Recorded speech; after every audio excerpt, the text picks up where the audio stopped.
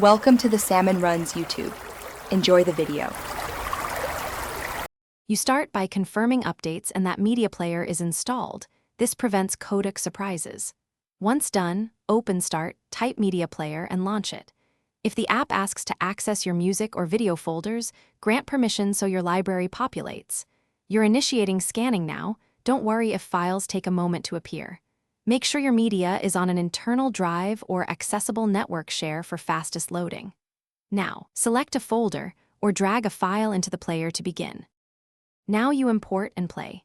You can add folders via Library Manage Libraries or simply drag and drop files into the window. This indexes metadata for faster access. Once a file is loaded, use the play/pause button and the seek bar to navigate.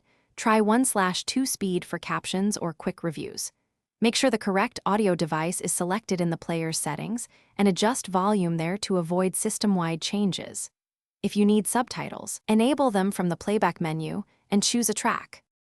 To finish, explore playlists, the equalizer, and video enhancements to tailor sound and picture. These improve long sessions. If playback fails, check file format support, install missing codecs, or reinstall Media Player from settings. This often resolves corrupted components. Restart the app and make sure the file plays in another app to isolate problems. If nothing works, run Windows Troubleshooter for video playback.